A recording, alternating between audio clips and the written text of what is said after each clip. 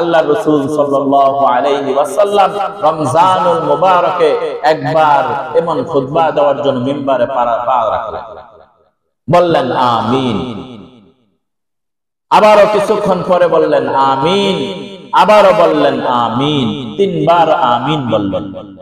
অতঃপর সাহাবায়ে কেরাম জিজ্ঞেস করলেন, ইয়া রাসূলুল্লাহ, আজকে হঠাৎ এমন একটা আমল করেছেন যা আগে কখনো করেন নাই কি? যখন মিম্বারে উঠলেন তখন আমিন বললেন, আবারো আমিন বললেন, আবারো আমিন বললেন, তিনবার আমিন বলার কারণটা কি? আল্লাহ রাসূল সাল্লাল্লাহু আলাইহি ওয়াসাল্লাম বলেন, আমি যখন মিম্বারে প্রথম পা রেখেছি এমত অবস্থায় জিবরিল আমার কাছে এসেছে।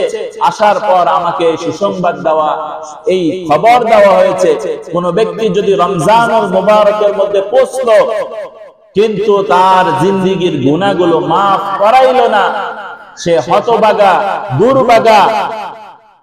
তখন আল্লাহর রাসূল বলছেন আমিন, জিবরিল আমিন বলেছেন।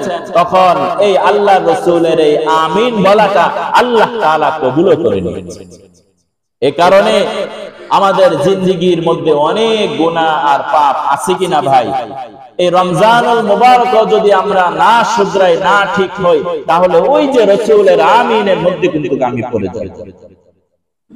দ্বিতীয়বার আমিন কেন বললেন?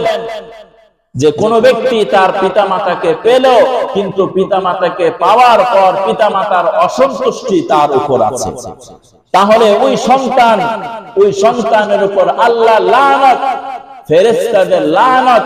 তখন আল্লাহর রাসূল আমিন বলেছেন। সুতরাং যাদের পিতামাতা রয়েছে, আব্বা আম্মা রয়েছে, আব্বা আম্মার মনে কষ্ট দিবেন আর জান্নাতে যাবেন, অসম্ভব, অসম্ভব, অসম্ভব। সুতরাং আব্বা আম্মা জান্নাতে যাওয়ার দরজা, আব্বা আম্মা জান্নাতে যাওয়ার কি দরজা।